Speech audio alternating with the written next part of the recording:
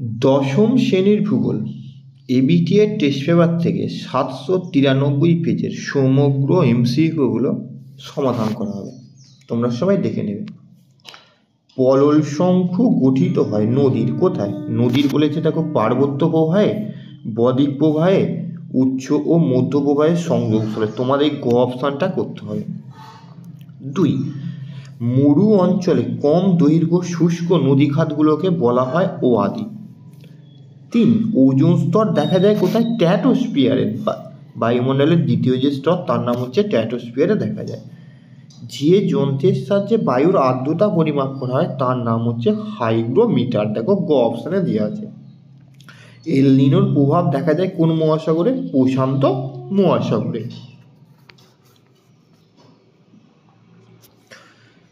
6 নম্বরটা, সংযোগ জোয়ার সৃষ্টি হয় তোমার কিসে? অমাবস্যা তিথিতে। আর প্রতিযোগ জোয়ার হলে তোমার পূর্ণিমা করতে হতো। 7টা, যে প্রদত্ত যে উৎস থেকে বর্জ্য আসে না, 4টে অপশানের মধ্যে তোমরা করে দিতে হবে সৌর বিদ্যুৎ কেন্দ্র থেকে, মানে এটা অপ্রচলিত শক্তির উৎস, এরা পরিবেশ দূষণ ঘটায় না। 8টা, রাজ্য পুনর্গঠন কমিশন কত সালে হয়েছিল?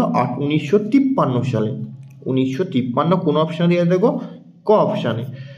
ভারতের মরুভূমি গবেষণা কেন্দ্র কোন শহরে? যোধপুরে। যোধপুর দেওয়া আছে দেখো খ অপশানে। এবারে 10টা, পশ্চিমঘাট ও নীলগিরির মাঝে যে গ্যাপ রয়েছে বা গিরিপথ রয়েছে তার নামে সবচেয়ে শেষের দিকে যে গিরিপথ তার নাম হচ্ছে পলঘাট। ভারতে মৃত্তিকা সংরক্ষণের একটি পদ্ধতি, মৃত্তিকা সংরক্ষণের পদ্ধতি যে ফালি চাষ। কফি উৎপাদনে প্রথম স্থানাধিকারী রাজ্য হচ্ছে কর্ণাটক। ভারতের রুর কাকে বলা হয়? দুর্গাপুরকে। দুর্গাপুর দেওয়া আছে দেখো ক অপশানে। ভূবৈচিত্র্য মানচিত্র তৈরি করে যে সংস্থা তার নাম হচ্ছে SOI। SOI এর ফুল ফর্ম হচ্ছে সার্ভে অফ ইন্ডিয়া। ফার্স্ট, শিলাময় মরুভূমি হামাদা, এটা তোমার হচ্ছে সু।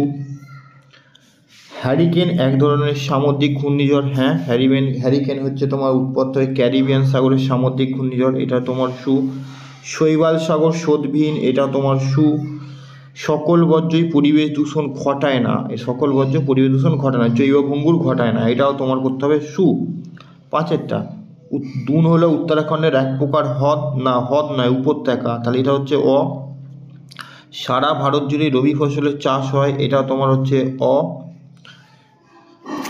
তারপরে তোমার সার্ভে অফ ইন্ডিয়ার সদর দপ্তর দেরাদুনে অবস্থিত, এটা হচ্ছে তোমার সু।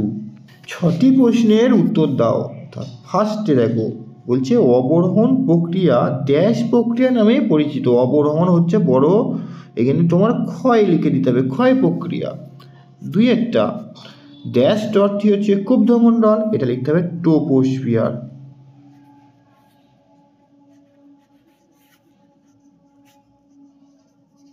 ট্রপোস্ফিয়ার।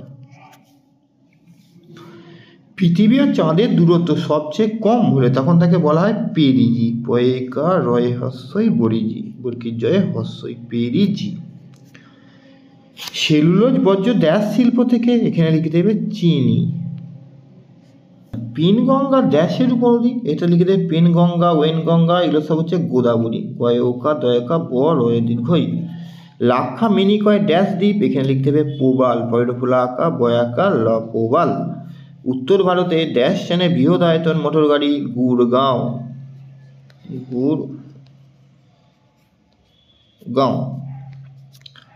একটি বা দুটি শব্দে উত্তর দাও।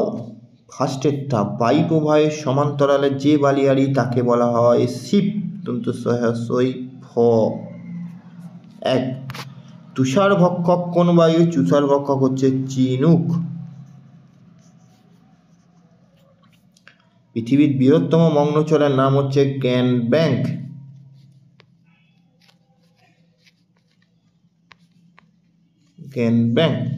কোন রাজ্য ভেঙে তেলেঙ্গানা? এখানে লিখে দেবে অন্ধ্রপ্রদেশ।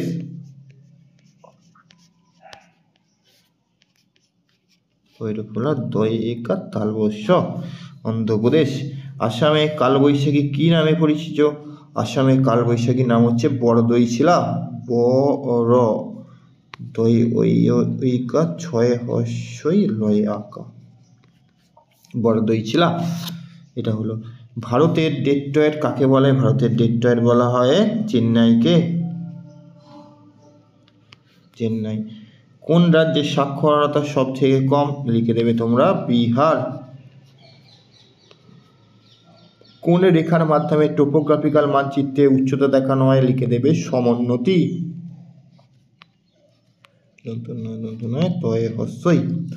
সমোন্নতি। বাম দিক ডান দিকগুলো চারটে কি দিয়েছে এবার দেখে নাও। ইসরো। ইসরো হচ্ছে চলে যাবে 3-এ, রকেট উৎক্ষেপণ কেন্দ্র। চিল্কা ভারতের বৃহত্তম, এটা হবে, বৃহত্তম হ্রদ। কান্দালা চলে যাবে তোমার 1-এ, শুল্কমুক্ত বন্দর। লু এক প্রকার উষ্ণ স্থানীয় বায়ু। 2-এরটা। এবার 3 নম্বরগুলো একবার কি কি দিয়েছে দেখে নেবে। 2 নম্বর, 3 নম্বর, 5 নম্বর আর ম্যাপ পয়েন্টিংগুলো একবার চোখ বুলিয়ে নেবে। ভিডিও এমসিকিউর হলে শেষে ম্যাপ পয়েন্টিং এবং 2-3 নম্বরের কোশ্চেন নিয়ে আলোচনা করা হবে।